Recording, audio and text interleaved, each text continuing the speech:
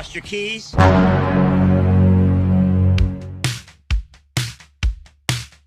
Kisah akan berfokus pada seorang veteran perang Vietnam bernama Frank Pega. Sama seperti saya, Frank lahir dari keluarga yang kekurangan uang dan makanan, atau yang dalam bahasa umum dan familiarnya disebut dengan miskin. Tidak ada yang spesial dalam hidupnya terkecuali seorang tambatan hati ketika masih muda, di mana kisah asmara Frank harus tertunda ketika dirinya bergabung dengan militer dan ditugaskan perang ke Vietnam, yang ketika dia kembali, sang kekasih sudah memiliki anak dari pria lain alias ditinggal menikah, sehingga Frank yang tidak punya tujuan lain pun menghabiskan sisa hidupnya dengan berjualan hotdog sampai dia tua seperti sekarang.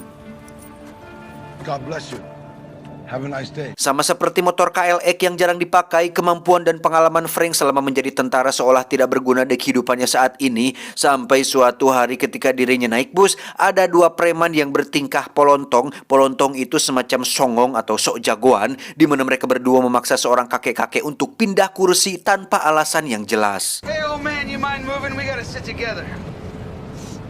Hey. Si kakek yang tua dan tak berdaya pun hanya duduk terdiam ketika dua preman ini sosorongot atau berbicara dengan nada keras tepat di depannya, yang karena si kakek tidak mau pindah, salah satu preman pun berniat untuk memukulnya. Yang sebelum itu terjadi, tiba-tiba There's two seats in back, but leave him alone. ya, Frank pun menahan pukulannya dan mengatakan untuk jangan membuat keributan di depan umum, yang karena tidak terima ditegur oleh seorang pria paruh baya, kedua preman itu pun mendekatinya dan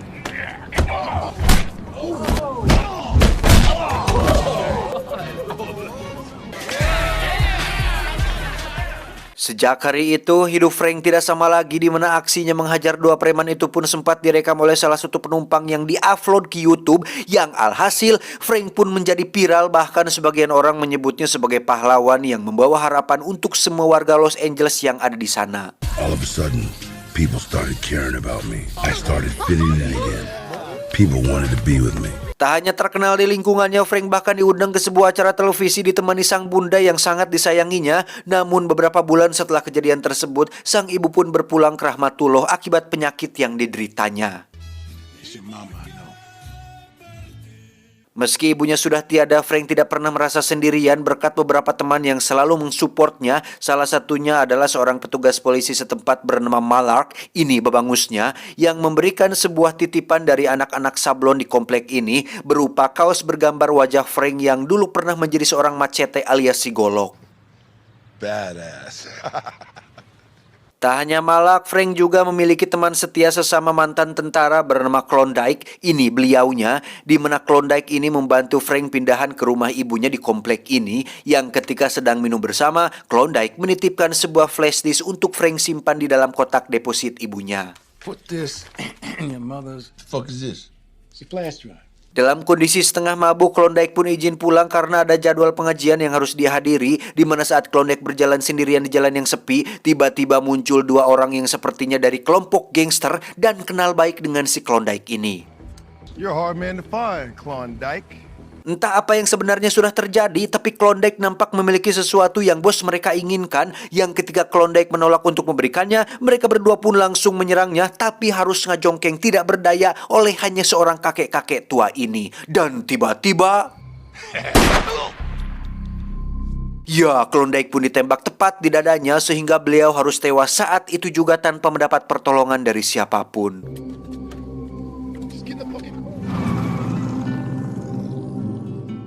Keesokan harinya, Frank melihat Klondike untuk terakhir kalinya, di mana polisi yang menangani kasus ini pun berjanji akan secepatnya menangkap para pelaku dan memberikan hukuman yang setimpal atas perbuatannya. We're gonna do our best. Pulang dari kantor polisi, Frank pun mampir dulu ke Samsul Mart untuk membeli sebotol minuman, di mana Frank yang tidak membawa uang cukup pun meminta sang kasir untuk kasbon dulu, tetapi karena ini bukan warung teh Yuli, si mas kasir pun tidak bisa memberikan botol minuman tersebut. Moved into the neighborhood, man. I'll be by tomorrow and pay the rest.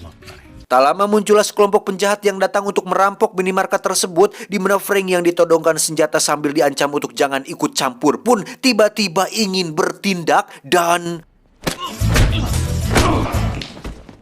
Alhasil, Frank pun diberikan satu botol minuman gratis sebagai rasa terima kasih Mas Kasir atas pertolongannya tadi, yang ketika dalam perjalanan pulang ke rumah, di situ ada tetangga kompleks sekitar yang mengucapkan turut berduka cita atas kematian si Klondike, di mana beliau juga mengatakan jika saudaranya belum lama ini mengalami hal serupa, tewas di lokasi yang tak jauh dari tempat Klondike ditemukan, sehingga bisa disimpulkan jika komplek ini ternyata kurang aman dan banyak sekali penjahat berkeliaran tanpa ada tindakan dari pemerintah setempat. Thank you.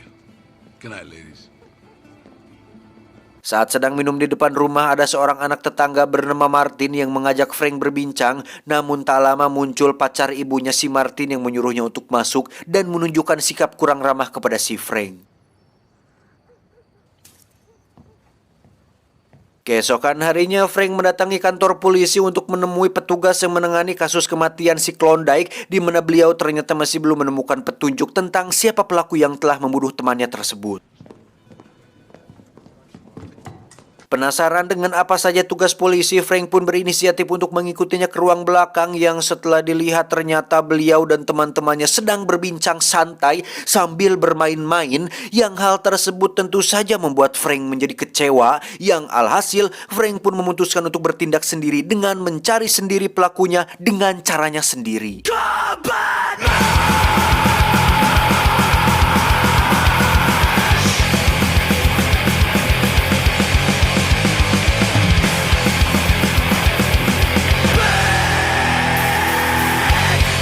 Sendirian, Frank pun mendatangi lokasi tempat kejadian perkara. Di sana dia menemukan selongsong peluru yang digunakan si pelaku. Juga terdapat kalung milik si pelaku yang terlempar ke semak-semak, sehingga bisa disimpulkan bahwa para polisi yang menangani kasus ini tidak serius dengan pekerjaannya. Frank pun mendatangi sebuah toko senjata ilegal untuk menanyakan tentang peluru tersebut juga dengan kalung yang ditemukannya, di mana saat melihat foto pada kalungnya, si penjaga mengatakan jika dia mengenal wanita tersebut, dia dan suaminya tinggal beberapa blok dari toko ini, sehingga Frank langsung meluncur ke sana untuk memeriksanya. Thanks, partner. Tiba di sana, Frank hanya bisa bertemu dengan istri si pelaku yang nampak kesal dengan suaminya yang jarang pulang, yang jika Frank ingin menemuinya, suaminya sering berkumpul bersama teman-temannya di lapangan bola basket yang berlokasi tak jauh dari rumah mereka. Tiba di lapangan bola basket, Frank lagi-lagi harus dihadapkan pada situasi yang memicunya untuk melakukan kekerasan, di mana para pemuda tersebut pun bertindak tidak ramah ketika Frank menanyakan seseorang bernama Terence, yakni suami si wanita tadi alias nama si pelaku yang sedang dia cari, Terence, sehingga ketika kata-kata tidak bisa mendapatkan sebuah jawaban, maka kekerasanlah yang jadi solusinya.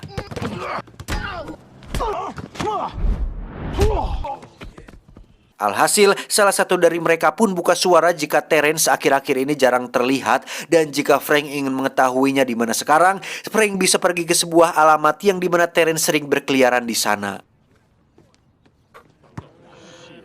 Beralih ke tempat lain, di situ kita akan diperkenalkan dengan seorang bapak wali kota bersama dengan seorang bos gangster bernama Panther, tidak pakai black, ini bebenguknya, yang sejak awal membantu karirnya sehingga jelas bahwa wali kota ini memakai cara kotor untuk bisa di posisi sekarang.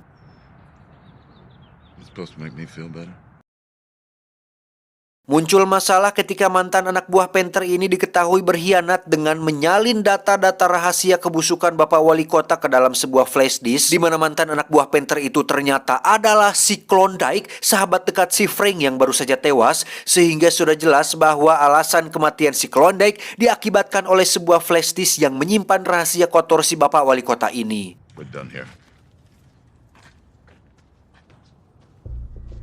Kembali ke Frank yang baru saja tiba di rumah, dia langsung diserang oleh anak buah si Panther yang berbadan body gold dan meminta Frank untuk memberikannya flash disk yang sempat dititipkan oleh si Klondike.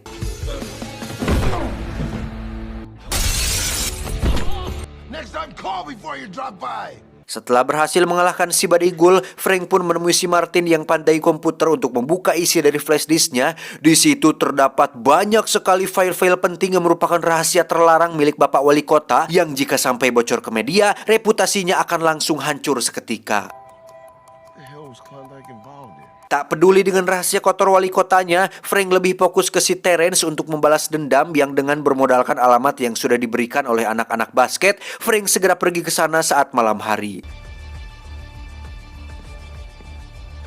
Tiba di sana, Frank langsung masuk ke dalam rumah selingkuhannya yang ternyata Terence kebetulan sedang melakukan pengencerotan, di mana Frank langsung menghajarnya untuk mencari tahu siapa orang yang telah menembak Klondike pada malam itu.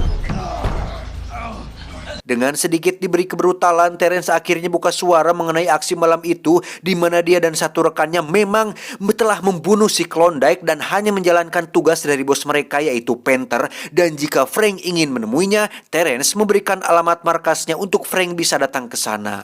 I want to thank you for giving me a hand. Tak langsung meluncur, Frank berencana untuk persiapan dulu dengan pulang ke rumah terlebih dahulu. Namun tak disangka terjadi sedikit insiden kecil ketika pacar ibunya Martin melakukan KDRT yang mengharuskan si Frank untuk bertindak, yang alhasil pria itu pun pergi tanpa melakukan perlawanan. Sebagai rasa terima kasih, ibunya Martin yang bernama Amber ini pun mengajaknya untuk makan sore bersama, yang karena tidak ingin menolak rezeki dan ingin mengambil kesempatan untuk bisa dekat dengan Harim, Frank pun menunda rencananya mendatangi Panther dan justru malah sibuk dandan untuk makan sore di rumah Amber.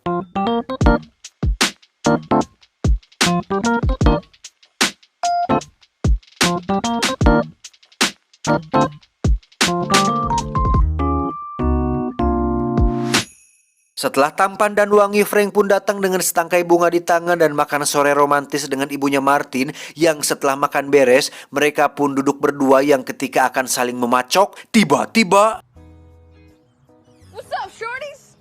Oh shit, pa! setelah gagal macok, Amber pun mengeluhkan tentang pintu rumahnya yang jebol akibat ditendang oleh si mantan pacarnya, sehingga Frank yang baik hati pun menawarkan Amber untuk tidur di rumahnya malam ini sampai pintu rumahnya selesai diperbaiki. Setelah acara makan sore selesai, Frank pun segera menemui Malak untuk memberikannya flash disk tersebut, di mana Frank mengatakan jika isi flash disk itu adalah alasan kematian si Klondike, yang jika dalam waktu 1 kali 24 jam dirinya tidak ada kabar, Malak diminta untuk menjaga Amber dan Martin di rumahnya. Frank, Tiba di markas Panther, Frank langsung masuk begitu saja sambil mengatakan secara terang-terangan jika kedatangannya kemari untuk membalas dendam atas kematian si Klondike, yang ketika Frank akan menyerang, si Panther langsung memukulnya hingga Frank langsung pingsan saat itu juga. Oh yeah, you know I stuck that up your ass. Frank pun diikat di kursi dengan ditempelkan alat interogasi populer bernama kabel listrik, yang ketika Frank menolak untuk memberikan flash disknya, tubuh Frank pun disetrum yang membuatnya tidak walakaya. Panther yang sudah tidak tahan pun akhirnya memeriksa dompet si Frank untuk melihat alamat di mana dia tinggal, di mana Panther mengancam akan menyakiti siapapun yang ada di rumahnya sampai Frank mau memberikan flash disk tersebut.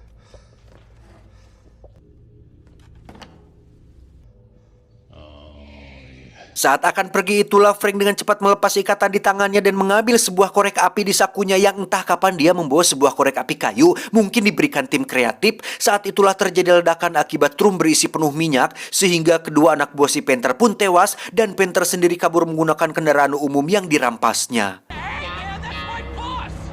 Frank pun meminjam bus yang sama seperti yang dipakai oleh Panther, di mana mereka berdua terlibat kejar-kejaran di jalan raya yang membuat fasilitas umum menjadi rusak parah, yang ketika Frank berhasil dikelabui, busnya pun terguling sementara Panther berhasil lolos. Tapi tiba-tiba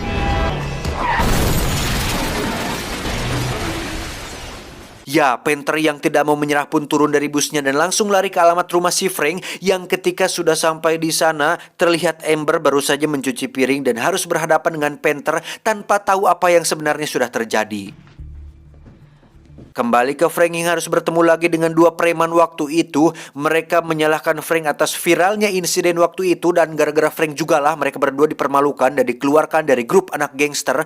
Dan sekarang mereka sudah memiliki pistol untuk melawan Frank, namun untuk kedua kalinya mereka pun dipermalukan oleh hanya Frank yang dengan sekali serang saja. Sementara itu, Amber masih ucingan dengan si Panther yang kesulitan menangkapnya, di mana saat nyawanya terancam, Frank pun datang dan langsung menghajar si Panther saat itu juga. Terjadi perkelahian yang tidak terlalu seru di antara mereka berdua, di mana aksi tersebut disaksikan langsung oleh para tetangga dan orang yang liwat, sehingga kemenangan Frank pun berhasil diabadikan oleh mereka dan namanya akan viral untuk kedua kalinya.